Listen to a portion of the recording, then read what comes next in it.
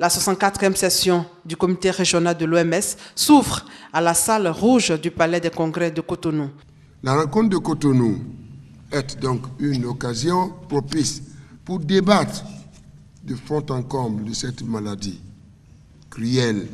Il urge en effet de trouver des solutions les plus efficaces pouvant conduire à son éradication dans les plus brefs délais. Madame, l'Organisation mondiale de la santé, notre organisation planétaire, a gagné de nombreuses batailles, y compris les plus improbables. Le monde entier, et particulièrement notre continent, fonde légitimement son espoir et son espérance en elle pour vaincre ce nouvel ennemi commun.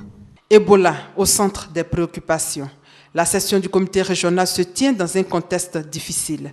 Selon Dr Louis Sambo, directeur régional sortant de l'OMS pour l'Afrique, l'épidémie à virus Ebola met à rude épreuve et compromet les progrès réalisés en matière de développement socio-économique dans les pays touchés. À ce jour, plus de 13 000 cas ont entraîné près de 5 000 décès en Afrique de l'Ouest. Il faut une réponse urgente, a lancé Dr Margaret Chan, directrice générale de l'OMS, qui s'exprimait en anglais. Elle a aussi délivré le message de Ban Ki-moon, secrétaire général des Nations Unies, sur la mobilisation internationale pour lutter efficacement contre Ebola.